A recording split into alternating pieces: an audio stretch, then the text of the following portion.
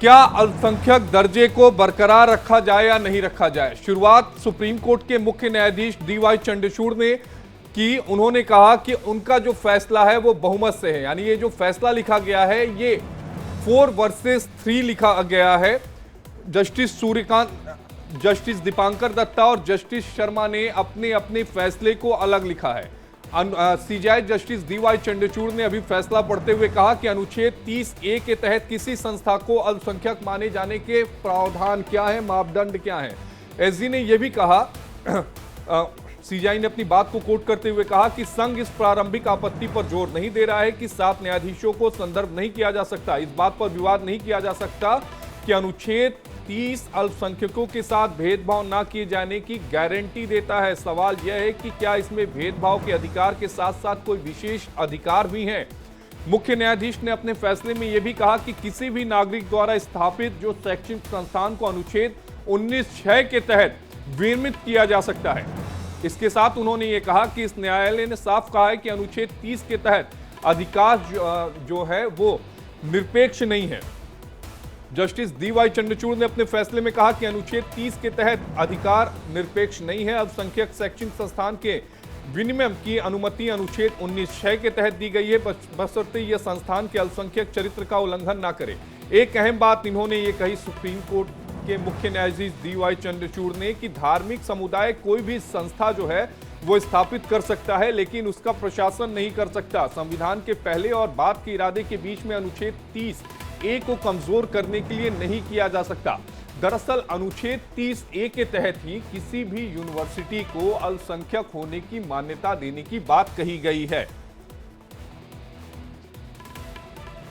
तो ये बड़ी खबर आपको बता रहे हैं, सीजेआई की अध्यक्षता वाली 7 जजों की बेंच सुनवाई से जुड़ी ये बड़ी जानकारी आपको दे रहे हैं। इसी खबर पर और अधिक जानकारी के साथ मेरे सहयोगी रजनीश हमारे साथ जुड़ चुके हैं। रजनीश, खबर पर क्या कुछ अपडेट?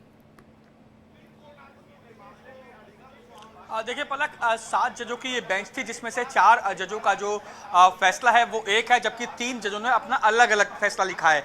अब जो सुप्रीम कोर्ट के जो मुख्य न्यायाधीश हैं डीवाई चंद्रचूड़ सिंह, वो अपना फैसला जो है वो लिख रहे हैं। उनका ये कहना है कि जो बहुमत है उसके हिसाब से ही फैसला लिखा जा रहा है। इसके अलावा जो बातें, तमाम बातें जो आशीष ने बताई, वो तमाम बातें इस समय सुप्रीम कोर्ट में चल रही है। लेकिन सबसे बड़ी बात यह होगी कि क्या किसी यूनिवर्सिटी को धर्म के आधार पर जो अल्पसंख्यक होने का जो है वो अधिकार या मान्यता दी जानी चाहिए या नहीं दी जानी चाहिए। सबसे बड़ा सवाल ये होता है। इसके अलावा इसके तरह ये भी कहा जाता है कि अगर किसी भी जो संस्था को, अगर मान लीजिए कि अल्पसंख्यक जो है यूनिवर्सिटी होने का जो है वो मान्यता नहीं मिलती है, तो ओबीसी, एससी, एसटी के जो आरक्षण है वो मिलते रहेंगे और वो मिले जाने चाहिए और मिलते रहेंगे।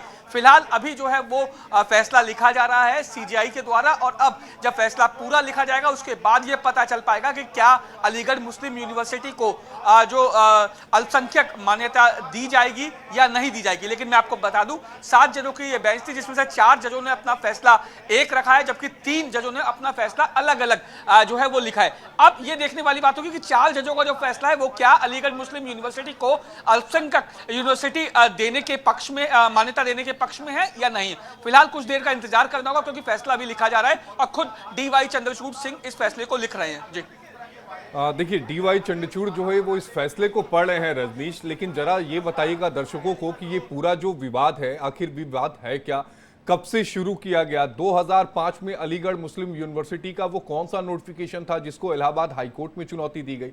जरा इस पर विस्तार से दर्शकों को जानकारी दीजिए।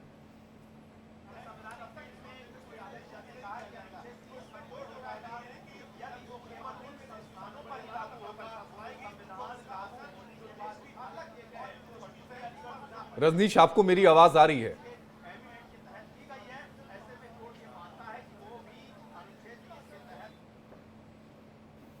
रजनीश, आपको मेरी आवाज आ रही है? तो इस समय जो सुप्रीम कोर्ट की 7 जजों की संविधान पीठ है वो फैसला जो है वो सुनाना शुरू कर दिया। दरअसल ये जो पूरा फैसला है वो 4-3 के बहुमत से फैसला सुनाया जा रहा है।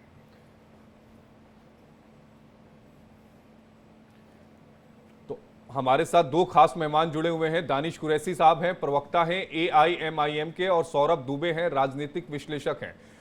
दानिश भाई, ये जो फैसला सुप्रीम कोर्ट का आ रहा है, ये फैसला एक नजीर बनेगा, क्योंकि अदालत को ये तय करना है कि क्या AMU को जो माइनॉरिटी इंस्टीट्यूट का जो दर्जा दिया गया है, क्या वो बरकरार रहेगा या नहीं।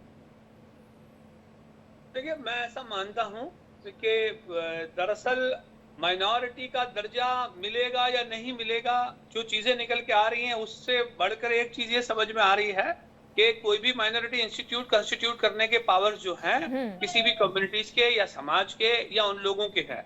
रहा सवाल के जो चीजें अभी आप जो डिस्कस कर रहे थे उसमें जो निकल के आ रही है कि मैनेजमेंट जो है वो सरकार का रहेगा, तो मैनेजमेंट सरकार का ही रहता है, इसमें कोई नई बात नहीं है। क्योंकि देखिए, एजुकेशन मिनिस्ट्री से एफिलिएटेड होता है कोई भी संस्थान, एजुकेटिव संस्थान जो होते हैं वो मिनिस्ट्री से जुड़े हुए होते हैं, चाहे सरकार स्तर पर हो या फिर प्राइवेट कोई इंस्टीट्यूट कोई चला रहा हो तब। क्योंकि आपकी मान्यता, आपके सर्टिफिकेशन जो है वो सरकार मान्य प्राप्त तभी हो सकते हैं जब आप सरकार के जो नॉर्म्स हैं, जो कवानीन है, उनको जब आप फॉलो करते हैं तब। रह गई बात इस पे सवालिया निशान की, देखिए इस देश के अंदर में तमाम ढांचे जितने भी मुसलमानों, खास करके अल्पसंख्यक मुसलमान, अल्पसंख्यक में भी मुसलमानों की मैं बात कर रहा हूँ, मुसलमानों के जितने भी मजहबी ढांचे हैं उनकी बात की जा रही है।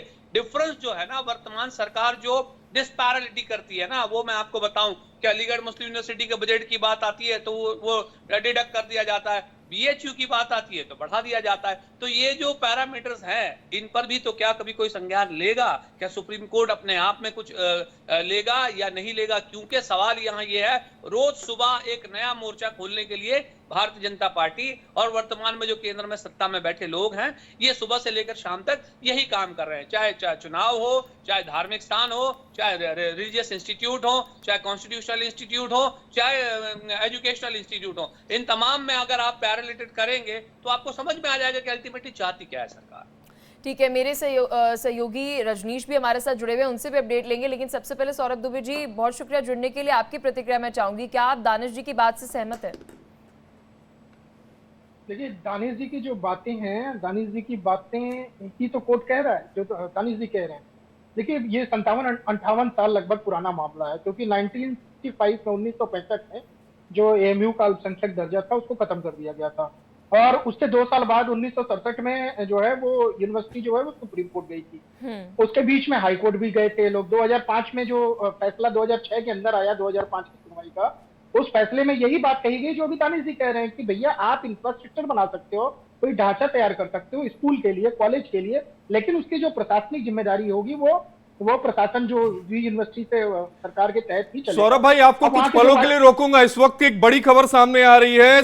CGI ने अजीत बाशा जो केस था, यानी 1967 में 5 जजों की पीठ ने जो कहा था कि अलीगढ़ मुस्लिम यूनिवर्सिटी अल्पसंख्यक यूनिवर्सिटी नहीं है, उस फैसले को पलट दिया है, ओवर रूल्ड कर दिया है। सुप्रीम कोर्ट का जो फैसला था है वो बहुमत से 4-3 से आया है कि अलीगढ़ मुस्लिम विश्वविद्यालय अल्पसंख्यक संस्थान है। एक बड़ा फैसला। दानिश कुरैशी जी। जी, मैं वही तो कह रहा था ना अभी आपको, मैं यही कह रहा था कि कोई भी जो एजुकेशनल इंस्टीट्यूट है उस हम सबसे पहले तो इस्तेमाल करते हैं, लेकिन मैं फिर वही कहूंगा कि इस तरीके के इंस्टीट्यूट होना ये चाहिए था कि उत्तर प्रदेश की जो सरकार है, अलीगढ़ यूनिवर्सिटी जैसे, BHU यूनिवर्सिटी जैसे या जामिया जैसे इंस्टीट्यूट जो है वो ज्यादा से ज्यादा डेवलप करें, बजाय किसी और संस्थान के बजाय सरकार खुद अपनी जिम्मेदारी करे। लेकिन हो ये रहा है कि उत्तर प्रदेश की सरकार हो या केंद्र की सरकार हो, वो सरकारी संस्थान डेवलप करने के बजाय सबसे पहले तो वो प्राइवेटाइजेशन में बिलीव कर रहे हैं। क्योंकि सरकारी स्कूलें का स्तर अगर आप देखें तो एजुकेशनल लेवल आप देखें तो पूरा अलग है, और प्राइवेट सेक्टर को देखेंगे तो अलग है। उसके बावजूद भी अगर रिलीजियस मामलों के अंदर में मुसलमानों का कोई संस्थान है तो उसको निशाना बनाना ये कहीं ना कहीं नजर आ रहा है। मैं फिर कहूंगा कि कल की जो बात थी उस पर आज मैं फिर दोहराऊंगा। कल मदरसे के ऊपर फैसला आया था और आज इस पे AMU पे जो फैसला आया है, मैं फिर से रिपीट कर रहा हूं कि चीफ जस्टिस साहब जो हैं इसका संज्ञान लेके इस तरीके के जो पूरे भी मैटर जानबूझकर पेनिट्रेट किए जाते हैं, इसमें दोनों पक्षकारों का क्या बोलते हैं नीचे से लेकर। सौरभ दुबे जी, आपकी प्रतिक्रिया चाहूंगी इस फैसले पर। मेरी बात उस समय भी पूरी नहीं हो पाई थी। मैं यही कह रहा हूं कि देखिए, उसको अल्पसंख्यक दर्जा मिले या ना मिले, उसका जो हाई कोर्ट का निर्देश था और सुप्रीम कोर्ट का भी निर्देश निश्चित रूप से यही है कि वो चलेगा तो सरकार के माध्यम से ही चलेगा, जो प्रशासनिक व्यवस्था है। तो वाइस चांसलर की जो नियुक्ति होती है वो केंद्र सरकार के माध्यम से वहां पे होती है। दानिश जी जो बार बार भाजपा के घुमा के आ रहे हैं, 1965 में उसका दर्जा छीना गया था भाई, 1965 में खत्म किया गया था। उस समय क्या भारतीय जनता पार्टी की सरकार थी। कमाल करते हैं दानिश जी, आपको जबरदस्ती अगर भारतीय जनता पार्टी पे आरोप लगाना, कोई भी बात कर देते हैं भाई। 1967 से मतलब कोर्ट में चल रहा है, हाई कोर्ट ने फैसला जो है उसको अल्पसंख्यक दर्जे के लिए नहीं दिया था, आज सुप्रीम कोर्ट ने दे दिया। तो ये तो चलिए धारा अनुच्छेद जो 30 के अंतर्गत जो मामले आते हैं, वो जो भी कानून अपना फैसला लेता है उसको सभी का सम्मान करना चाहिए। लेकिन भारतीय जनता पार्टी के इससे कोई लेना देना नहीं है, ना ही उन्होंने इसको अल्पसंख्यक दर्जा खत्म किया था और नहीं ये बोला था कि अब हम इसको अल्पसंख्यक दर्जा नहीं देंगे। वो तो कोर्ट का मसला था, कोर्ट ने फैसला सुना दिया। लेकिन फिर से मैं कह रहा हूँ कि जो वाइस चांसलर की नियुक्ति हो या अलीगढ़ के जितने भी पाठ्यक्रम सारे संचालित होते हैं, वो बाकायदे लगातार जो है इतने वर्षों से जो भारतीय जनता पार्टी की सरकार रही तब भी संचालित अच्छे तरीके से होते रहे। और लगातार 3 वाइस चांसलर को बदलते हुए तो मैंने देखा है। एक वाइस चांसलर तो बाकायदे जो होते वो भारतीय जनता पार्टी के अंदर जो है राष्ट्रीय उपाध्यक्ष भी है, अभी बनाए गए हैं। इसके पहले वो वाइस चांसलर थे वहां पे। तो भारतीय जनता पार्टी को ये ठीक है सौरभ दुबे जी, आप हमारे साथ बने रहिए। लेकिन इस बीच दर्शकों को बड़ी अपडेट दे देते हैं, क्योंकि एएमयू को अल्पसंख्यक संस्थान का दर्जा मिला है, ये बड़ी खबर है। उसमें मैं थोड़ा सा कहना चाहता हूं कि देखिए 4-3 से ये फैसला आया है। सुप्रीम कोर्ट ने 1967 का जो फैसला था 7 जजों की पीठ ने उसे खारिज कर दिया है। 5 जजों की पीठ का यह फैसला था जिन्होंने एएमयू को अल्पसंख्यक संस्थान का दर्जा देने से इनकार किया था। लेकिन जो सुप्रीम कोर्ट ने लास्ट में सीजेआई जस्टिस डीवाई चंद्रचूड़ की अध्यक्षता में जो फैसला लिखा गया 4 वर्सेस 3 आया, उसमें उन्होंने एक अहम बात कही है, जस्ट मैंने अभी सुना, उसमें उन्होंने कहा है कि एएमयू जो है वो अल्पसंख्यक संस्थान है या नहीं है, ये पूरा एक नए सिरे से इस पर सुनवाई होगी और 3 जजेस की बेंच जो होगी वो डिसाइड करेगी। यानी आज की तारीख में भी ये मामला जो है, यानी अल्पसंख्यक संस्थान का जो मामला है वो सुप्रीम कोर्ट में लंबित रहेगा। दरअसल ये पूरा मामला जो 2006 में जो अलीगढ़ मुस्लिम यूनिवर्सिटी की तरफ से 50% आरक्षण की बात जो कही गई, जिसमें यह कहा गया कि हम मेडिकल कॉलेज में 50% आरक्षण मुस्लिम समुदाय के लोगों को देंगे। मामला इलाहाबाद हाईकोर्ट जाता है, इलाहाबाद हाईकोर्ट ये कहता है कि आप माइनॉरिटी इंस्टीट्यूट नहीं है। मामला सुप्रीम कोर्ट आता है। लेकिन एक दिलचस्प पहलू यहां पर है, इसमें दानिश जी से लेना चाहूंगा। तब की यूपीए सरकार ने और अलीगढ़ मुस्लिम यूनिवर्सिटी ने हाईकोर्ट के फैसले को सुप्रीम कोर्ट में चुनौती दी। लेकिन जब एनडीए की सरकार आती है तो 2016 में जो अपील फाइल की गई थी, जिसे हम एसएलपी कहते हैं, जो सुप्रीम कोर्ट में दाखिल की गई थी, उसे विड्रॉ कर लिया और केवल एक अपील जो अलीगढ़ मुस्लिम यूनिवर्सिटी की तरफ से दाखिल की गई थी, केवल वो अपील पेंडिंग थी अभी तक, जिस पर अभी फैसला आया है। देखिए मैं आपको वही बता रहा हूं। दरअसल जो अभी सौरभ भाई जो है हमारे मित्र, वो ये कह रहे थे कि 1967 में कांग्रेस नहीं थी, अरे भाजपा नहीं थी। मैं उनको ये बता दूं कि भाजपा भले ही नहीं थी, लेकिन भाजपा का जन्म जहां से हुआ है वो संघ और आरएसएस तो है ही, और तब से है। आजादी के पहले से महात्मा गांधी से लेके अब तक उनकी मानसिकताएं हमेशा छती रही हैं, उसमें कोई दो राय नहीं है। सवाल आके यहाँ ये खड़ा है कि अलीगढ़ मुस्लिम यूनिवर्सिटी की बात है। अलीगढ़ मुस्लिम यूनिवर्सिटी में जैसा कि इन्होंने कहा, मैंने आपसे बताया कि भाई वाइस चांसलर की नियुक्ति या प्रशासनिक जो भी जिम्मेदारियां हैं वो राज्य सरकार के हस्तक में रहती हैं। अगर सेंट्रल एजुकेशनल मिनिस्ट्री की बात की जाए तो सेंट्रल एजुकेशनल मिनिस्ट्री के लिए भी जो भी पैरामीटर्स हैं उसको भी फॉलो करते हैं। अकेले सिर्फ एक इंस्टीट्यूट की बात नहीं है। अगर कोई गैर मुस्लिम इंस्टीट्यूट है या कोई और किसी मजहब का या क्रिश्चियन इंस्टीट्यूट है या मिशनरी का इंस्टीट्यूट है, उसके भी पैरामीटर सेम ही रहेंगे, बदलेंगे नहीं। अब सवाल ये है कि ये तय करना कि भाई ये अल्पसंख्यक है या नहीं है,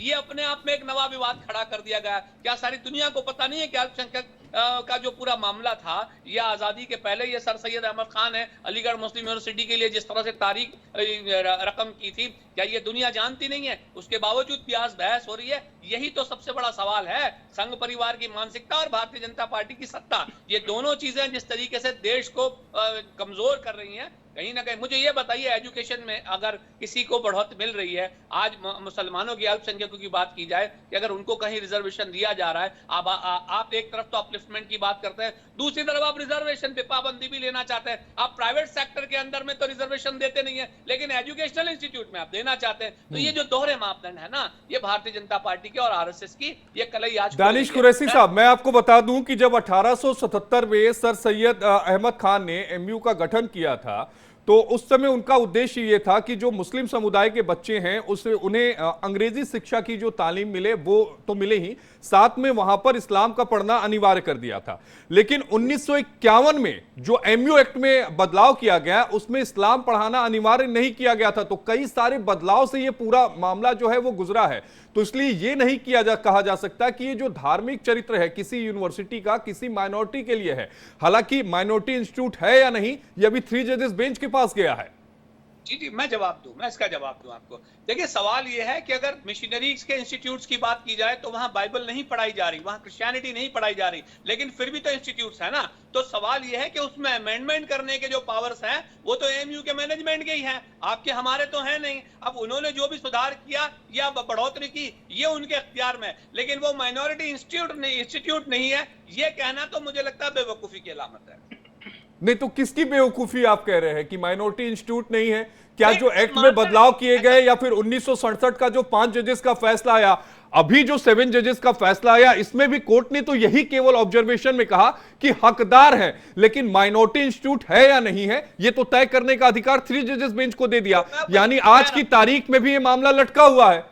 मेरी बात सुनिए, अगर इंस्टीट्यूट की बात की जाए कि भाई आजादी के बाद अगर वहां कोई अमेंडमेंट लाया गया, मैं ये कहता हूं कि अगर इसके अंदर में दूसरे मजहब के सुधार भी लाए जाएं कि भाई ये भी पढ़ाए जाएंगे, तो इसका मतलब तो ये नहीं है ना कि वो अल्पसंख्यक इंस्टीट्यूट नहीं रहेगा। मैं ये कह रहा हूं अगर हिंदू मजहब का कुछ उसके अंदर में पढ़ाया जाता है, एक स्पेशल सेशन बढ़ाया जाता है। धार्मिक कैरेक्टर चेंज करने की बात नहीं है, लेकिन आप 50% किसी एक समुदाय के लिए कैसे आरक्षित कर सकते हैं? सवाल तो इस पर उठा था ना, 2005 का सवाल क्यों उठा था? उस नोटिफिकेशन पे उठा था ना। मैं उसी पे आ जाऊं, मैं इसका जवाब दूं आपको। देखिए, हाँ। सवाल ये है कि वो समाज जो बिल्कुल एजुकेशन के मामले में बिल्कुल पिछड़ा है, मैं ये कहता हूं कि सरकार को तो ये कहना चाहिए कि आप 100% लाइए, हम दूसरे इंस्टीट्यूट खड़े कर देंगे पैरेलल। उसके बजाय आप उसमें कटौती करना चाहते हैं, इसलिए क्योंकि मुसलमान आगे बढ़ के आगे बढ़े नहीं, इसलिए ये मेंटालिटी संघ परिवार की जो है वो भारतीय जनता पार्टी लागू करने की कोशिश कर नहीं, अगर हाईकोर्ट ने उस नोटिफिकेशन को रद्द कर दिया 2005 में, तो क्या हाईकोर्ट के जजेस भी संघ की मानसिकता के थे क्या? बिल्कुल, उसमें कोई दो राय नहीं है। उसमें आप किसी पर भी कुछ भी आरोप लगा देते हैं दानिश जी, आप न्यायपालिका पे आरोप लगा दे रहे हैं। एलिगेशन जो है वो हाई कोर्ट पर लगा रहे हैं। मतलब आपके हक में अगर फैसला आए तो जजेस ठीक है, लेकिन आपके हक पर फैसला नहीं आए तो आप सीधा सवाल उठाना शुरू कर देते हैं। सुन लीजिए मेरी बात, मैं आपकी बातें तो सुन रहा हूं, लेकिन मैं ये थोड़ी ना मानूंगा कि जो आप हर बात कहेंगे मैं उसको मान लूं। अच्छा सुनिए, पिछला जो जजमेंट था वो अब रिवर्ट कर दिया गया है, तो अमूमन मतलब वो चीज सही नहीं थी, ये तो साबित हुआ। अब सवाल ये है कि आगे का मामला देखा जवाब ले जाएगा। लीजिए ना, इस पे एक तरफा उनसे बुलवा रहे हैं, गलत आप गलत बोल रहे हो। दुबे जी आप कुछ कह रहे हैं, आप पहले बोल लीजिए। बिल्कुल, इस पर सुनना चाहिए ना आपको जो है। देखिए, जवाब के तौर पे ये, अभी जब मैंने भारतीय जनता पार्टी कहा कि 1965 में जब अल्पसंख्यक का दर्जा उससे छीना गया था, तब भारतीय जनता पार्टी नहीं थी। तब ये कहां पर चले गए? तब ये राष्ट्रीय स्वयंसेवक संघ पे चले गए। राष्ट्रीय स्वयंसेवक संघ में जो उनके संस्थापक थे, पहले सरसंघ चालक डॉक्टर केशवराव बलराम हेडगेवार जी, वो कांग्रेसी थे। दूसरे सरसंघ चालक जो थे माधव राव सदाशिवराव गोलवलकर, वो भी कांग्रेसी थे। इनकी मानसिकता में जो है वो ये बहुत ही कंफ्यूज है। पहले भारतीय जनता पार्टी, फिर राष्ट्रीय स्वयंसेवक संघ, फिर अब धीरे धीरे जो है हाईकोर्ट के जजों के ऊपर जाने लगे। अरे भाई, अनुच्छेद 30 के तहत किसी भी अल्पसंख्यक समुदाय को यह अधिकार है कि अपनी धार्मिक और शैक्षिक गतिविधियों के लिए संस्थान स्थापित करे। लेकिन उसमें ये वहां पर यह भी दिखाया, मेंशन किया गया है कि कानूनी मानकों के खिलाफ ना हो वो, और उस पर सेंट्रल की भी नजर रहे और राज्य सरकार की भी नजर रहे। उसी के तहत एक बात बताइए, हैदराबाद में मनु यूनिवर्सिटी नहीं है क्या? जोधपुर में अल्पसंख्यक यूनिवर्सिटी को दर्जा नहीं दिया गया क्या? मैं तो कह रहा हूं नए सिरे से परिभाषा ये तय होनी चाहिए कि क्या वास्तव में मुस्लिम इस देश के अंदर अल्पसंख्यक हैं या नहीं है, और ये जनगणना करा करके तय करना चाहिए कि 20-25% की आबादी अल्पसंख्यक के अंतर्गत कैसे आती है। और कई जगहों पर इसके लिए जो है PIL दाखिल किया गया है, याचिका भी सुनवाई चल रही है। इसीलिए मुझे लगता है कि जो 2019 में 5 बेंच की जजों का फैसला था, उसने 7 जजों के जो बेंच को उसको सौंप दिया था, और ये फैसला 1 फरवरी को ही आ गया था, सुरक्षित रखा गया था। और आज सुनवाई में भी वही कहा गया है कि अभी इसको तय करना बाकी रह गया, शेष अभी, कि ये अल्पसंख्यक वास्तव में है या नहीं है। उसके अंतर्गत मुझे लगता है कि जो माइनॉरिटी, जो मुस्लिम आबादी है, उसकी जनसंख्या, उसका जो है वो पहले उसको काउंट कराना चाहिए कि हिंदुस्तान के अंदर कितने परसेंटेज है। अगर वो 25% है, 20%, तो अल्पसंख्यक दर्जा उनको प्राप्त नहीं होना चाहिए। जो पारसी समुदाय 1% है, जो सिख समुदाय है, जैन समुदाय है, जो बौद्ध समुदाय है वो निश्चित रूप से 5% के नीचे जो लोग हैं उनके लिए अल्पसंख्यक का दर्जा प्राप्त होना चाहिए, और 20% से ऊपर वालों के लिए मुझे लगता है कि कोर्ट आगे चल करके कुछ, या सरकार अभी जो करने जा रही है उसमें यह लेकर के आएगी कि वास्तव में मुस्लिम जो है माइनॉरिटी के अंतर्गत आते हैं या नहीं आते हैं। और दानिश जी को यह बताना चाहिए क्या अब हिंदुस्तान में माइनॉरिटी में है? क्या आपको लगता है कि 25% की आबादी कहीं माइनॉरिटी के अंदर आती है? भाई पाकिस्तान के अंदर हिंदू 2% है, बांग्लादेश में 6% है, उनको आप अल्पसंख्यक के नाम पर जो है पीटते हैं, प्रताड़ित करते हैं। कहाँ से आंकड़ा लाते हो? कहाँ से आंकड़ा लाते हैं बताइए? नहीं, पाकिस्तान का सेंसस पढ़ा है आपके पास, बांग्लादेश का सेंसस नहीं, बिल्कुल पड़ा हुआ है, बिल्कुल पड़ा हुआ। बांग्लादेश में 31% थे, बांग्लादेश में 31% से लेकर के आप 6% पे आ गए हम। देश में जहर बोलने का काम बंद कर दीजिए। हमारे साथ ये अश्वनी ज्यादा दुबे जी चलने जुड़ गए हैं, सुप्रीम कोर्ट के वरिष्ठ वकील हैं। सीधा उनके पास चलते हैं और इस फैसले को समझते हैं। अश्वनी जी, इंडिया डेली में बहुत स्वागत है आपका। जरा इस सुप्रीम कोर्ट के इस फैसले को समझाइए, क्योंकि जहां तक मैंने सुना, मैंने समझा, अब 3 जजेस जो बेंच है वो ये डिसाइड करेगी कि एएमयू जो है वो अल्पसंख्यक इंस्टीट्यूट है या नहीं है। हालांकि 1967 का जो फैसला था 5 जजेस बेंच का, उसको रद्द किया गया है। क्या ये सही मैंने समझा है?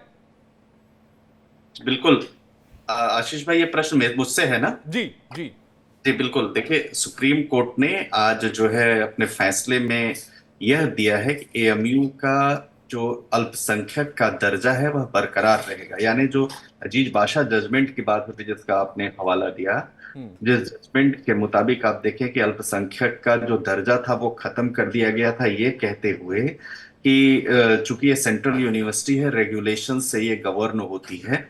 उसको कोर्ट ने 4-3 के फैसले से जो है पलटते हुए ये कहा कि अल्पसंख्यक का जो दर्जा है वह बरकरार रहेगा। अगर आप याद करिए कि बाद में एक संशोधन भी आया था, उस संशोधन को लेकर के 1981 का इलाहाबाद हाईकोर्ट ने उसको जो है अल्ट्रा वायर्स डिक्लेयर कर दिया था। उसके अगेंस्ट जो यहाँ पर बात हुई थी। अब एक बात यह है कि अलीगढ़ मुस्लिम यूनिवर्सिटी एक अल्पसंख्यक संस्थान है। अदालत ने 4-3 से 1967 के उस फैसले को खारिज कर दिया है जो एएमयू को अल्पसंख्यक का दर्जा देने का से इनकार करने का आधार बना था। अब अल्पसंख्यक मानने के मानदंड क्या हैं? अल्पसंख्यक चरित्र का उल्लंघन ना हो, शैक्षणिक संस्थान को रेगुलेट किया जा सकता है, धार्मिक समुदाय संस्था स्थापित कर सकता है। तो ये जो प्रिंसिपल सेटल्ड है उसके आधार पर एएमयू के अल्पसंख्यक दर्जे को नए सिरे से निर्धारित करने का काम 3 जजों की बेंच पर छोड़ दिया है। अब मन एक सवाल ये क्या उठता है कि ठीक है, अल्पसंख्यक संस्थान का दर्जा तो मौजूद होना चाहिए, लेकिन क्या उसको रेगुलेट करने के लिए सरकार रेगुलेट कर सकती है या नहीं कर सकती है? Certain restrictions. अभी कुछ दिनों पहले 2 दिन पहले ही जजमेंट आप देखिए, हम लोग डिस्कशन में भी थे आशीष भाई, जिसमें आया था कि मदरसा एक्ट को रेगुलेट करने का जो राइट है वो सरकार के पास कितना है। तो अब यहां पर एक बात यह आएगी, क्या वो syllabus at par with other universities होना चाहिए? क्या सरकार के जो उसमें ग्रांट देने के मापदंड है? क्योंकि अल्पसंख्यक समुदाय बनाना, अल्पसंख्यक समुदाय को एडमिनिस्टर करना और फंड, तीनों अलग अलग चीजें हैं। तो अब एडमिनिस्टर करने के लिए कि क्या वो अल्पसंख्यक संस्थान ही डिसाइड करेगा वहां पर कौन वाइस चांसलर होगा, कौन टीचर होगा, कौन वहां पर सिलेबस तय करेगा, या उसके बियॉन्ड भी उसको जो है सरकार रेगुलेट कर सकती है? ये एक विषय है जो आने वाले दिनों में तय होगा। एक बड़ा अहम सवाल है, अभी चूंकि दानिश भाई से बात भी हो रही थी कि अभी जो एएमयू का जो नोटिफिकेशन आया था जिसको इलाहाबाद हाईकोर्ट में क्वेश किया था, जिसमें उन्होंने कहा था कि 50% जो है जो मुस्लिम समुदाय के लोग हैं उनको मेडिकल कॉलेज में दाखिला मिलेगा। तो क्या इस तरह का जो अधिकार है वो एएमयू के प्रशासन के पास अभी भी रहेगा या फिर वो सेंटर के पास जाएगा, सेंटर तय करेगी, या 3 जजेस बेंच का जो भी नतीजा आएगा वो उस पर प्रभावी होगा?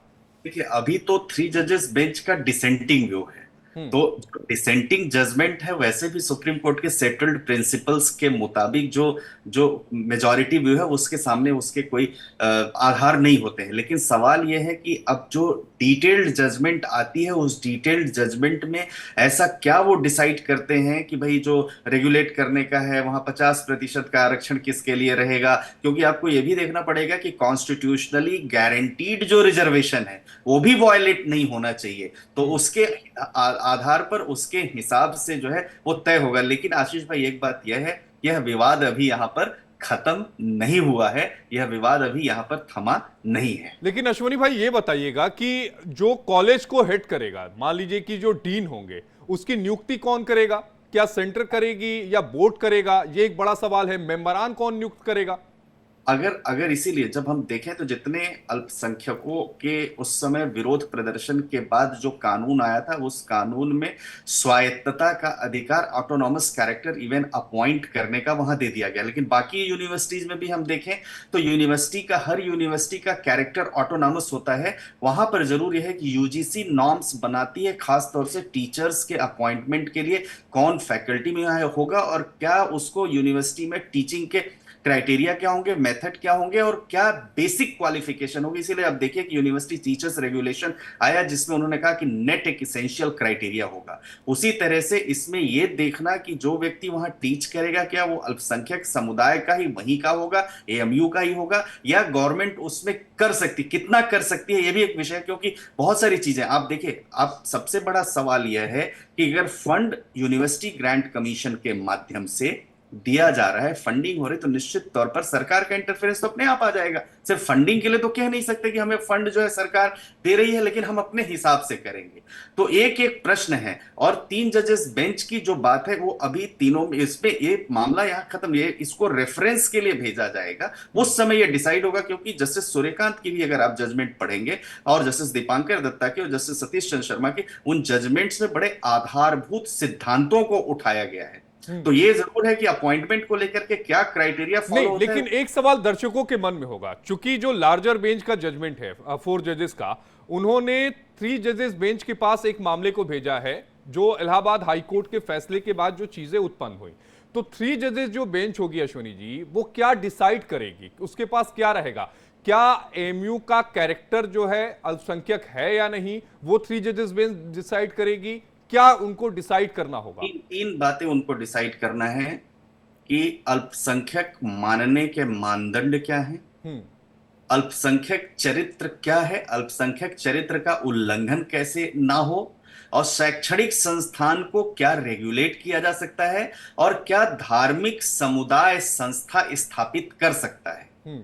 इस मामले में जो सेटल्ड प्रिंसिपल्स हैं, विकसित सिद्धांत हैं, उसके आधार पर एएमयू के अल्पसंख्यक दर्जे को नए सिरे से निर्धारित करने का काम इन 3 जजों की बेंच पर तो छोड़ दिया। आज के मामले में, आज की जो फैसले की बात कहें तो कानूनी जो पेचीदगियां हैं वो और ज्यादा बढ़ गई, क्योंकि जो 3 जजेस बेंच भविष्य में डिसाइड करेगी, उस फैसले का असर ना सिर्फ एएमयू बल्कि सारे जितने भी माइनॉरिटी इंस्टीट्यूट हैं उन सब पर पड़ेगा जो सेंटर द्वारा गवर्न होते हैं। निश्चित, जो जितने भी माइनॉरिटी इंस्टीट्यूशंस हैं जो कहते हैं कि हमें ही अधिकार मिलना चाहिए, चलाने का हमें ही अधिकार मिलना चाहिए, पढ़ाने का हमें ही अधिकार मिलना चाहिए, वो वहां की जो एजुकेशन जो सिलेबस है वो निर्धारित करने का, उस पर असर पड़ेगा। यानी एक बात, एक बड़ी पेक्युलर सी स्थिति यह है आशीष भाई कि 4 जजेस बेंच ने कहा कि अल्पसंख्यक का दर्जा तो मौजूद रहेगा, लेकिन कितना रहेगा वो 3 जजेस बेंच जब डिसाइड करेगी तब हो।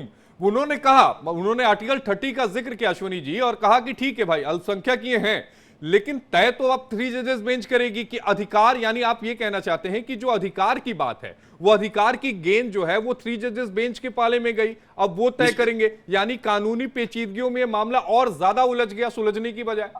हाँ, उलझा है कुछ दिनों के लिए, लेकिन एक बात यह है आशीष भाई कि सुप्रीम और संविधान के अनुच्छेद 30 के तहत किसी भी शैक्षणिक संस्थान को अल्पसंख्यक संस्थान का दर्जा देने का मापदंड क्या है, ये भी एक बड़ा विषय वो संविधान में दिया गया है। और वो मापदंड एडमिनिस्टर करने का, वो रन करने का उसको शैक्षणिक संस्थान को है, लेकिन वहां का क्या डे टू डे फंक्शनिंग होगी, कैसे होगी, नियुक्तियां कैसे होंगी, ये एक विषय है। दूसरा, अब सुप्रीम कोर्ट यह तय करेगा कि क्या संसदीय कानून द्वारा निर्मित कोई शैक्षणिक संस्थान संविधान के अनुच्छेद 30 के तहत अल्पसंख्यक का दर्जा प्राप्त कर सकता है। ये भी एक बड़ा विषय, क्योंकि आप देखिए कि 1920 में इसको सेंट्रल यूनिवर्सिटी का दर्जा मिला था, और उसके बाद से आप जब देखिए तो जब हमारा संविधान आया, संविधान को जब अडॉप्ट किया गया 26 जनवरी 1950 को, तो जब एडॉप्शन, उस समय भी आर्टिकल 30 की जो व्यवस्था है उसको यहां पर एक बड़ा विषय है, जो सुप्रीम कोर्ट ने कहा भाई जिस दिन ये आया आर्टिकल 30 उस समय क्या इसका कैरेक्टर था। और ये भी एक बात है कि जरूरी नहीं है कि कोई अल्पसंख्यक समुदाय का व्यक्ति उसको स्थापित कर रहा है तो सरकार उसको अपने उसमें कंट्रोल नहीं कर सकती, माने उसकी व्यवस्था को नहीं देख सकती, यह भी एक प्रश्न है। लेकिन एक बात यह जरूर है कि अल्पसंख्यक दर्जे को नए सिरे से निर्धारित करने का काम 3 जजों की बेंच पर छोड़ दिया। ले एक सवाल और उठता है, चूंकि आपने जिक्र किया यहां पर आजादी की बात का, तो 1965 में एएमयू एक्ट में बदलाव हुआ था, जिसके तहत यूनिवर्सिटी का जो सुप्रीम गवर्निंग बॉडी जो था उसे खत्म कर दिया गया था और यह कहा गया था कि जो राष्ट्रपति के द्वारा जो नामित सदस्य होंगे वो उसको हेड करेंगे, एग्जीक्यूटिव बॉडी जो होगी वो उसके साथ बंटवारा कर दिया गया था। तो आज की तारीख में जो एएमयू की जो स्थिति है वो स्थिति जरा स्पष्ट करिए कि कैसे नियुक्ति होगी, कौन करेगा, क्या अधिकार उनके पास रहेगा, क्या कैसे होगी? देखिए, एएमयू एक सेंट्रल यूनिवर्सिटी है और सेंट्रल यूनिवर्सिटी होने के नाते जो वाइस चांसलर का अपॉइंटमेंट है, वाइस चांसलर का अपॉइंटमेंट तो उसी सेट प्रोसीजर के मुताबिक ही होगा जो भारत की व्यवस्था है, लेकिन वो वाइस चांसलर अल्पसंख्यक समुदाय का होगा, ये एक विषय है। दूसरा, 1951 और 65 में जो संशोधन हुआ उनको कानूनी चुनौतियां मिली थी। 67 की बात अगर हम करते हैं तो वहां सेंट्रल यूनिवर्सिटी के कह दिया कि अल्पसंख्यक संस्थान नहीं माना, क्योंकि वहां पर एक अहम बिंदु यह था कि इसकी स्थापना एक केंद्रीय अधिनियम के तहत हुई है ताकि इसकी डिग्री की सरकारी मान्यता सुनिश्चित की जा सके। और इसीलिए उस समय 1967 में अजीज बादशाह के जजमेंट में सुप्रीम कोर्ट ने कहा कि यह अधिनियम मुस्लिम अल्पसंख्यकों के प्रयासों का परिणाम तो हो सकता है, लेकिन इसका मतलब यह कतई नहीं है कि विश्वविद्यालय की स्थापना मुस्लिम अल्पसंख्यकों ने ही की थी। और इसीलिए इलाहाबाद हाई कोर्ट में आप देखिए कि जो 1981 का बाद में संशोधन हुआ उसने अल्पसंख्यक चरित्र की धारणा पर सवाल उठाया, क्योंकि 1981 में एएमयू को अल्पसंख्यक का दर्जा देने वाला संशोधन पास हुआ था और उसको असंवैधानिक दे दिया गया था और 2006 से यहां पर था। लेकिन आज फिर एक प्रश्न वही खड़ा हो रहा है कि ये 3 जजेस बेंच जो है इसको निर्धारित करने के लिए कि अपॉइंटमेंट का प्रोसीजर, एडमिनिस्ट्रेट करने का प्रोसीजर और जो वहां पर पढ़ाने का जो सिलेबस है वो कैसे डिसाइड करेगी, ये एक विषय है जो हम लोग आने वाले दिनों में लेकिन डिस्कस करेंगे। एक जो क्या सॉलिसिटर जनरल की तरफ से दलील दी गई थी अदालत में, जिसमें सॉलिसिटर जनरल ने यह कहा था कि जो एएमयू का जो कैरेक्टर है वो नेशनल कैरेक्टर है, राष्ट्रीय चरित्र है। तो राष्ट्रीय चरित्र का अगर कोई संस्थान हो तो मुझे लगता है कि फिर अब उसमें आगे क्या सेंटर की यही दलीलें जो होंगी वो 3 जजेस बेंच के पास होंगी। इन दलीलों को फिलहाल खारिज भी नहीं किया गया, अपनाया भी नहीं गया, पेंडिंग रखा गया है और यही बात मुझे लगता है 3 जजेस बेंच के सामने भी करेगी। देखिए, एएमयू का कैरेक्टर तो निश्चित तौर पर सेंट्रल यूनिवर्सिटी का है, तो वो राष्ट्रीय संस्थान है, तो निश्चित तौर पर राष्ट्रीय संस्थान होने के नाते उसका लेकिन अब यही मैं सवाल यही से उठता है ना कि अगर राष्ट्रीय संस्थान कोई है तो फिर अल्पसंख्यक संस्थान का दर्जा कैसे मिल गया? अब इसीलिए अब इस पर ये एक बड़ी विषय, इस पर बहस आने वाले दिनों में होगी, तय होगा। लेकिन एक बात फिर मैं बता रहा हूं कि इस फैसले के बाद भी सरकार के पास ऐसा प्रावधान है कि वो चाहे तो इस फैसले को पलट सकती है। तो ऐसा नहीं है कि इसको, क्योंकि पार्लियामेंट के संशोधन को 1981 में जो पार्लियामेंट में जो अमेंडमेंट हुआ था और जिसमें 1967 के जजमेंट को बदलते हुए जो है अल्पसंख्यक का दर्जा दिया गया था, आज वही पूरी स्थिति है। लेकिन उसमें संशोधन फिर से चाहे तो पार्लियामेंट कर सकती है, बिल्कुल। और सॉलिसिटर जनरल का जो स्टेटमेंट है अनकंट्रोवर्टेड कहीं नहीं गया है, तो ये भी सरकार की मंशा यहाँ पर यह है कि ये राष्ट्रीय स्तर का एक संस्थान है। केंद्रीय विश्वविद्यालय सेंट्रल यूनिवर्सिटी एक्ट ऑलरेडी देश में 2009 लागू है, तो बड़ी विरोधाभास की स्थिति है। ये जरूर देखना है आने वाले दिनों में ये कैसे तय होता है। सौरभ भाई, आपने सुना होगा अभी अश्वनी जी को, तो जिसमें उन्होंने बड़ा साफ चीजों को स्पष्ट किया, तो जो तस्वीर अभी तक धुंधली नजर आ रही थी वो तस्वीर पूरी तरह से क्लियर हो गई है। देखिए, तो 1875 में सैयद अहमद खान जी ने यूनिवर्सिटी की इसको बनाया था। पहले तो यूनिवर्सिटी नहीं थी, पहले ये मुस्लिम कॉलेज बनाया था, अलीगढ़ मुस्लिम कॉलेज। इसकी स्थापना जैसे अभी अश्वनी जी ने बताया कि 1920 के अंदर जो है इसको वो यूनिवर्सिटी का दर्जा मिला विश्वविद्यालय का, वहां पर अलीगढ़ मुस्लिम विश्वविद्यालय का नाम भी रखा गया। और 1920 में जब इसको दर्जा मिलता है अधिनियम के तहत, तो उसको 1951 में आजादी के जो इन्होंने बताया भी कि जब हमारा देश गणतंत्र हुआ 1950 में, उसके बाद 51 के अंदर इसके अंदर संशोधन आता है, 1965 में भी एक संशोधन आता है। उन्हीं संशोधनों को चुनौती देने के लिए 1967 में जो है ये सुप्रीम कोर्ट के अंदर गए हुए थे। अच्छा देखिए, वो ये जो गए थे वो ये इस तहत गए थे कि ये तो एक सेंट्रल यूनिवर्सिटी है। अगर सेंट्रल यूनिवर्सिटी केंद्रीय अधिनियम के तहत आती है तो ये इसको जो है अल्पसंख्यक का दर्जा कैसे प्राप्त हो सकता है। और इसी की सुनवाई करते हुए जो है इलाहाबाद हाई कोर्ट ने एक अपना फैसला दिया था उच्च न्यायालय ने। अब वहां पर जो सुप्रीम कोर्ट का फैसला यहाँ पर अभी आज आया है, सुप्रीम कोर्ट भी यही कह रहा है कि जो अल्पसंख्यक की परिभाषा है वो जो है वो 3 बेंच की जो जज हैं वो तय करेंगे कि अल्पसंख्यक की परिभाषा के तहत ये यहाँ पर कितना परसेंटेज में स्थापित हो पाएगा। लेकिन अल्पसंख्यक समुदाय में तो सारे समुदाय आते हैं। जो भारत में अल्पसंख्यकों का मापदंड है उसमें सिख, जैन, बौद्ध, पारसी और आपके मुस्लिम ये सारे हैं। लेकिन यह यूनिवर्सिटी को जो अभी हमने कहा कि 50% के आरक्षण की मांग की गई थी मेडिकल कॉलेजों में, वो किसके लिए मांग की गई थी? वो मांग की गई थी मुस्लिमों के लिए।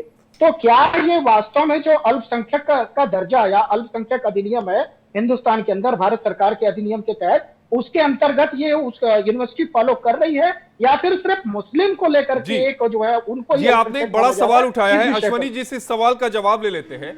अश्वनी जी, अल्पसंख्यक का यहां पर मतलब क्या होगा? क्योंकि सौरभ दुबे जी ने बड़ा अच्छा सवाल उठाया कि अल्पसंख्यक का मतलब तो फिर बौद्ध भी आ जाएगा, सिख भी आ जाएगा, जैन भी आ जाएगा। तो जो नोटिफिकेशन जारी हुआ वो केवल मुस्लिमों के लिए क्यों हुआ था? नहीं, बात सौरभ की सही है।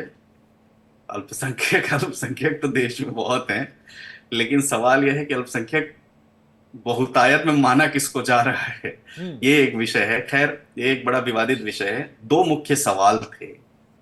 पहला, आर्टिकल 30 के तहत किसी शैक्षणिक संस्थान को किन मापदंडों को आधार बनाकर अल्पसंख्यक का दर्जा दिया जा सकता है।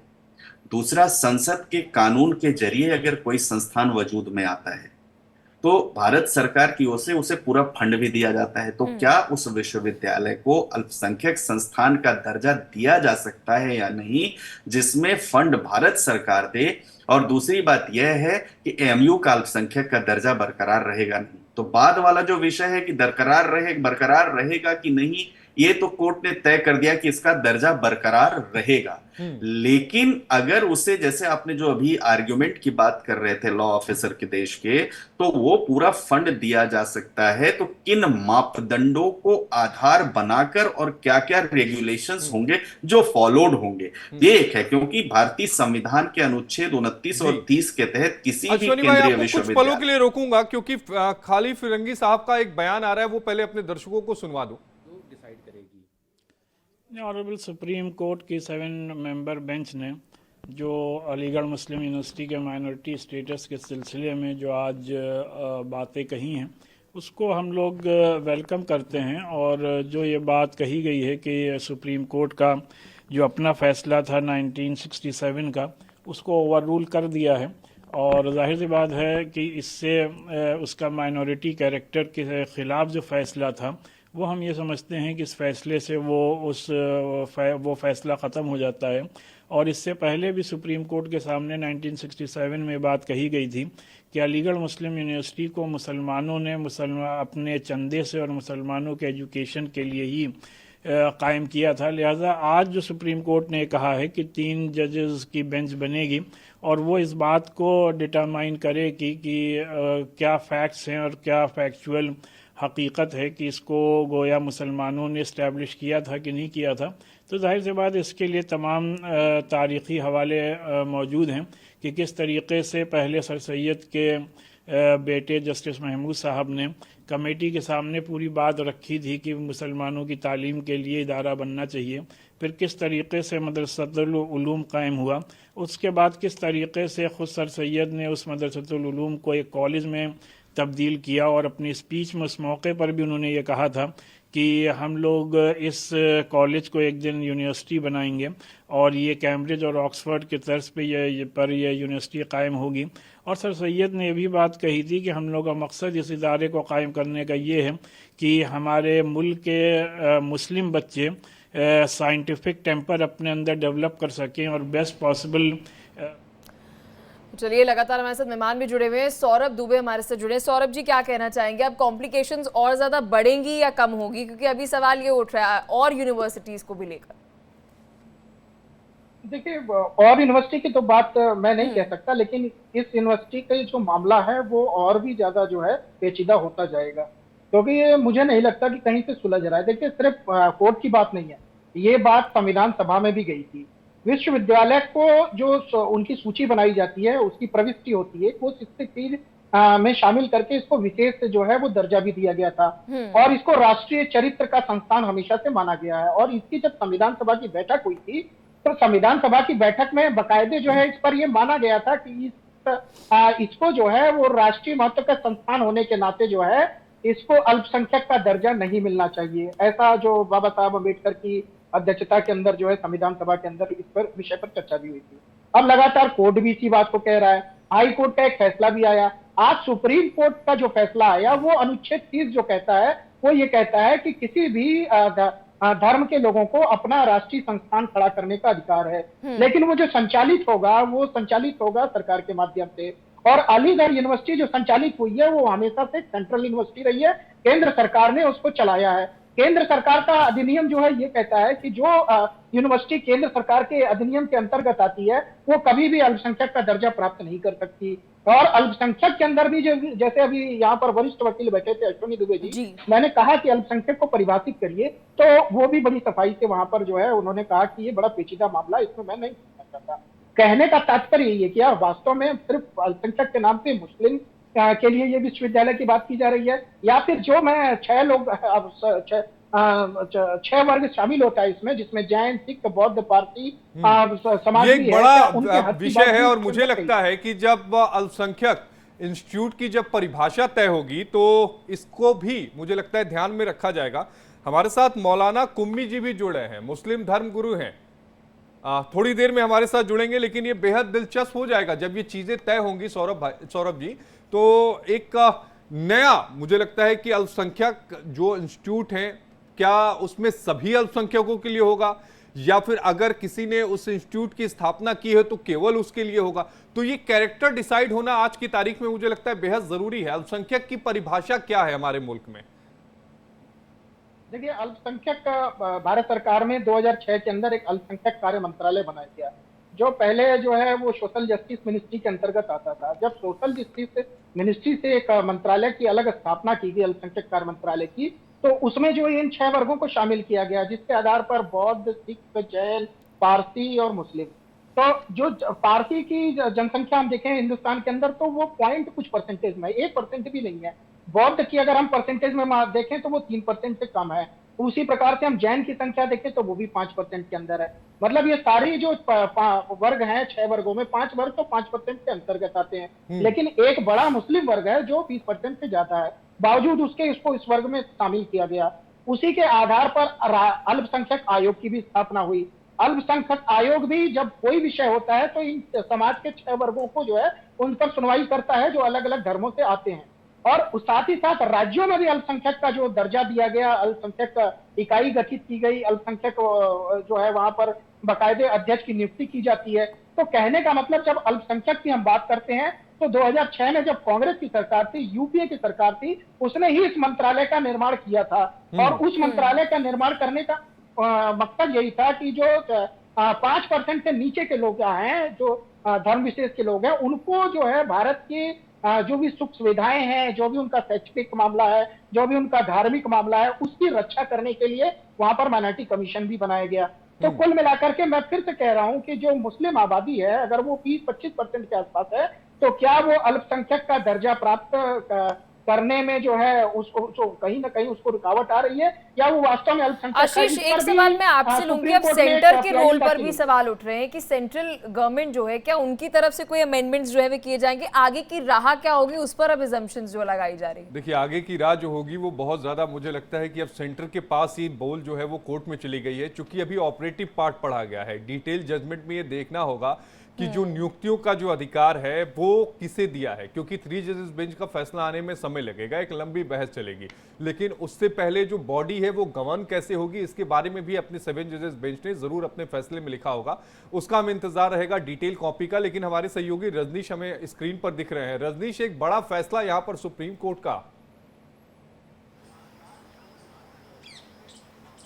देखिए बिल्कुल सुप्रीम कोर्ट का एक बड़ा फैसला है और 2005 में जो हाई कोर्ट का जो इलाहाबाद हाई कोर्ट में जो 2005 में था उस संशोधन को जो है वो खारिज कर दिया गया था। बात की जाए अगर सुप्रीम कोर्ट की, अगर मैं बात करूं आशीष, तो सुप्रीम कोर्ट ने इस फैसले को एएमयू की अल्पसंख्यक चरित्र की धारणा पर सवाल उठाया।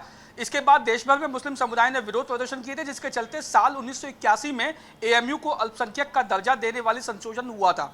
साल 2005 में इलाहाबाद हाई कोर्ट ने 1981 के एएमयू संशोधन अधिनियम को असंवैधानिक करार देते हुए इसे रद्द कर दिया था। जब उसके बाद 2006 में केंद्र सरकार ने सुप्रीम कोर्ट में इलाहाबाद हाई कोर्ट के फैसले को चुनौती दी। फिर 2016 में केंद्र ने अपनी अपील में कहा कि अल्पसंख्यक संस्थान की स्थापना एक धर्मनिरपेक्ष राज्य के सिद्धांत के विपरीत है। और साल 2019 में तत्कालीन सीजेआई जो रंजन गोगोई थे, उनकी अध्यक्षता वाली 3 जजों की बेंच ने इस मामले को 7 जजों की जो बेंच थी उसके पास भेज दिया था।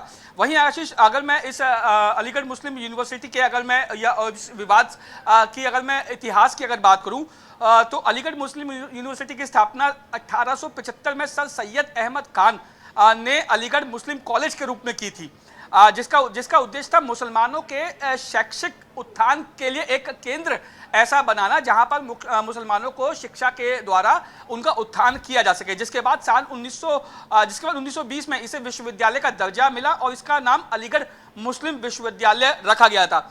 एएमयू अधिनियम 1920 में साल 1951 और 1965 में हुए संशोधन को कानूनी जो मंजूरी मिली थी, उसको चुनौतियों ने इस विवाद को जन्म दिया था कि क्या अलीगढ़ मुस्लिम यूनिवर्सिटी को एक जो अल्पसंख्यक यूनिवर्सिटी के रूप में मान्यता दी जानी चाहिए या नहीं दी जानी चाहिए। इसके अलावा सुप्रीम कोर्ट ने 1967 में कहा कि एएमयू एक सेंट्रल यूनिवर्सिटी है, लिहाजा इसे अल्पसंख्यक संस्थान नहीं माना जा सकता। कोर्ट के फैसले का ये अहम बिंदु भी था और इसकी स्थापना एक केंद्रीय अधिनियम के तहत हुई है और अगर यह एक केंद्रीय यूनिवर्सिटी है तो इसे अल्पसंख्यक मान्यता नहीं मिल सकती है। फिलहाल अब 3 जजों की बेंच के पास ये फैसला गया है और आने वाले समय में, जिस तरीके से आपने बताया कि आने वाले समय में ये विवाद जो है वो बढ़ेगा और इस विवाद को खत्म होने में अभी वक्त लगेगा। तो इंतजार करना होगा कि 3 जजों की जो बेंच के पास ये फैसला गया है, इसको 3 जजों की बेंच किस तरीके से तो आशीष, अगर हम इसे पूरा समराइज करके समझे तो अब बात ये है कि एएमयू की अगर हम बात करें तो अब ये फैक्ट चेक करना पड़ेगा कि क्या ये माइनॉरिटीज की तरफ से स्थापित किया गया।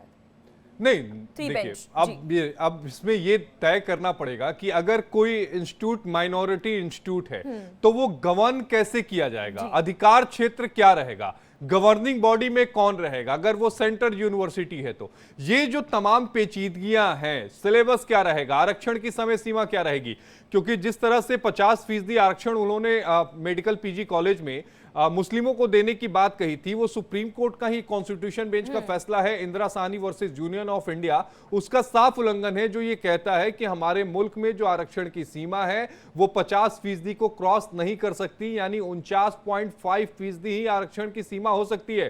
क्यों सौरभ दुबे जी? मैं चाहूंगी पहले आशीष थोड़ा इससे रोशनी डालिए, क्योंकि जब आप अजीज बादशाह केस की बात करें, यहाँ पर एएमयू सेंट्रल यूनिवर्सिटी थी, इसलिए वहां पर ये रूल जो है वह आया था, इस पर थोड़ी सी रोशनी डालिए, ये कंफ्यूजन क्या है? नहीं, देखिए दरअसल 1967 में एक अजीत बादशाह केस का जजमेंट आया था सुप्रीम कोर्ट की 5 जजेस बेंच का। उसके सामने ये सवाल था कि क्या अलीगढ़ मुस्लिम यूनिवर्सिटी अल्पसंख्यक यूनिवर्सिटी है या नहीं है। उस समय अजीत बादशाह के केस में सुप्रीम कोर्ट ने अपने फैसले में संवैधानिक पीठ ने यह कहा था कि नहीं, ये अल्पसंख्यक यूनिवर्सिटी नहीं है। उसके बाद 1981 में इसमें एक अमेंडमेंट किया गया, उस अमेंडमेंट में यह कहा गया कि नहीं, ये जो है ये अल्पसंख्यक यूनिवर्सिटी है, सेंटर के द्वारा किया गया था। फिर 2006 में जब एक नोटिफिकेशन निकाला गया अलीगढ़ मुस्लिम यूनिवर्सिटी की तरफ से, जिसमें 50% आरक्षण की बात कही गई, तो यह मामला इलाहाबाद हाई कोर्ट चला गया। इलाहाबाद हाई कोर्ट ने उस संशोधन को रद्द किया 1981 के और 1967 के फैसले को बरकरार रखा और उस पर मुहर अपनी लगा दी थी, और वही जो मामला था वो यहां पर आया था। लेकिन एक दिलचस्प बात मैं अपने दर्शकों को बता दूं कि जिस समय इलाहाबाद हाईकोर्ट के फैसले को सुप्रीम कोर्ट में चुनौती दी गई थी, उस समय यूपीए 1 का कार्यकाल था। उस समय केंद्र सरकार और इसके अलावा दूसरी जो थी वो अलीगढ़ मुस्लिम यूनिवर्सिटी जो थी वो सुप्रीम कोर्ट आ गई। लेकिन जैसे ही सेंटर में सरकार बदली, यानी 2014 में जब नरेंद्र मोदी सत्ता में आए, तो 2016 में इस मामले की सुनवाई के दौरान केंद्र सरकार ने अपनी जो अपील थी वो सुप्रीम कोर्ट से वापस ले ली, ये कहते हुए कि अलीगढ़ मुस्लिम यूनिवर्सिटी का एक नेशनल कैरेक्टर है, इसलिए ये अल्पसंख्यक इंस्टीट्यूट नहीं कही जा सकती। जिसके बाद इस पूरे मसले को लेकर बहुत विवाद हुआ कि आखिर क्यों ये जो केंद्र सरकार है इसने अपने अपील को वापस ले लिया जो इलाहाबाद हाईकोर्ट के फैसले के खिलाफ दाखिल की गई थी। उसके बाद फिर ये जो मैटर था वो जस्टिस बालाकृष्णन जो उस समय सीजीआई थे 2008 में, उन्होंने इस पूरे मसले को लार्जर बेंच के पास भेजा, 7 जजेस बेंच के पास भेजा। 7 जजेस बेंच का भी जो फैसला आया है वो साफ ये कहता है कि हाँ, इसका जो कैरेक्टर है वो अल्पसंख्यक का है, यानी दर्जा बरकरार रहेगा, लेकिन गवर्न कैसे करेगा, चीजें कैसे रहेंगी, डे टू डे काम क्या होगा, और कैरेक्टर अगर कुछ है, अगर सेंट्रल यूनिवर्सिटी है तो उसकी जो अधिकार क्षेत्र हैं वो क्या होंगे। और सबसे अहम बात जिसका जिक्र अभी हम और सौरभ दुबे जी भी कर रहे थे कि अल्पसंख्यक संस्थान का मतलब क्या है, क्या किसी एक कम्युनिटी के लिए ही अल्पसंख्यक संस्थान है, या बाकी जो 2006 में जो सेंटर ने कहा था 1996 में कि जिसमें बौद्ध भी हैं, सिख भी हैं, जैन भी हैं, ये सारे अल्पसंख्यक हैं, तो क्या उन्हें भी उतनी ही प्रियोरिटी मिलेगी, ये एक बहुत बड़ा सवाल रहेगा। सौरभ दुबे जी, मुझे लगता है कि कानून की पेचीदगियों में मामला थोड़ा सा और उलझा, लेकिन जब 3 जजेस बेंच का इसमें फैसला आएगा तो चीजें बिल्कुल क्लियर हो जाएंगी, और जो उसका इंपैक्ट होगा वो ना सिर्फ एएमयू बल्कि दूसरे भी जो इस तरह के इंस्टीट्यूट हैं, माइनॉरिटी इंस्टीट्यूट हैं, उन पर भी पड़ेगा। देखिए, मुझे लगता है कि इसमें जो फैसला है वो क्लियर आ जाना चाहिए था, और जो सीधी सी बात है जो केंद्र का अधिनियम है उसके अंतर्गत तो कहीं भी जो है ये अल्पसंख्यक का दर्जा इसको नहीं मिल सकता, क्योंकि जो अधिनियम के तहत 1920 का, देखिए 1920 के अंतर्गत जो इसकी जब एएमयू एक्ट के तहत स्थापना हुई थी तो उसमें बात कही गई थी कि अलीगढ़ जो है एक शिक्षण और आवासीय मुस्लिम विश्वविद्यालय है। ये सिर्फ मुस्लिम विश्वविद्यालय की बात करता है, ये अल्पसंख्यक विश्वविद्यालय की बात नहीं करता अगर अल्पसंख्यक का दर्जा चाहिए। और जो हिंदुस्तान भारत में अल्पसंख्यक की परिभाषा है, जैसा कि मैंने बताया था, जो अल्पसंख्यक की परिभाषा है वो उनमें 6 जो वर्ग हैं उसको शामिल किया गया है। तो अगर एक विशेष वर्ग के लिए सिर्फ नहीं, लेकिन उसमें थोड़ा सा मैं यहां पर आपको संशोधित करना चाहूंगा कि 1920 जिसका आप जिक्र कर रहे हैं, 14 सितंबर 1920 को एक एक्ट पास हुआ था, अलीगढ़ मुस्लिम यूनिवर्सिटी एक्ट, जिसमें यह कहा गया था कि अलीगढ़ मुस्लिम यूनिवर्सिटी को मुस्लिमों के लिए ही इसे समाहित कर दिया गया था, और उसी में एक सेक्शन 23 में एक प्रावधान किया गया था कि इसके जो गवर्निंग बॉडी होंगे वो केवल मुस्लिम होंगे। उसके बाद जो मुल्क है हमारा आजाद हुआ, एएमयू के 1951 में एएमयू एक्ट में बदलाव किया गया, जिसमें से वो जो धार्मिक शिक्षा का प्रावधान था कि इस्लाम पढ़ाना जरूरी है, उस प्रावधान को हटाया गया। और इतना ही नहीं, उसमें इस बात को भी हटाया गया कि जो गवर्निंग बॉडी होगी वो केवल मुस्लिम होगी, उसमें भी बदलाव किया गया। और 1965 में एक और बदलाव किया गया जिसके खिलाफ एएमयू जो था वो सुप्रीम कोर्ट गया हुआ था, जिसमें यह कहा गया था कि राष्ट्रपति जो है वो नॉमिनेट कर सकते हैं। तो आज की तारीख में एक बड़ा पेचीदा सवाल यह है कि वहां पर जो डीन की नियुक्ति होगी वो किस तरह से होगी, क्या सेंटर किस तरह से उसे गवर्न करेगा, ये सब कुछ क्या 3 जजेस बेंच के जरिए ही अब डिसाइड किया जाएगा, या 1967 से पहले यानी 1965 में जब बदलाव किया गया था जिसमें यह कहा गया था कि राष्ट्रपति नॉमिनेट कर सकते हैं, तो वो उसी तरह से गवर्न किया जाएगा। देखिए, अभी तक जो स्टेटस है अलीगढ़ यूनिवर्सिटी में वाइस चांसलर तय करने का, वो तो केंद्र सरकार ही कर रही है, और पिछले 10 वर्षों में लगभग 3 वाइस चांसलर चेंज भी हुए। अभी नए वाइस चांसलर भी वहां पर जो है वो मैं वही कह रहा था, ये 1965 का जो बदलाव था ना, जो एएमयू एक्ट में किया गया था, ये वही जो बदलाव है वो अभी तक चल रहा है। बात फंसी थी अल्पसंख्यक इंस्टीट्यूट है या नहीं है, आज सुप्रीम कोर्ट ने क्लियर कर दिया कि ठीक है दर्जा तो है, लेकिन अब इसकी सीमा क्या होगी, मुझे लगता है कि अब 3 जजेस बेंच जो है वो डिसाइड करेगी, और इसका एक लार्जर जो इंपैक्ट है वो पड़ेगा। सौरभ दुबे जी आपका, रजनीश आपका, आप दोनों का जुड़ने के लिए बेहद शुक्रिया।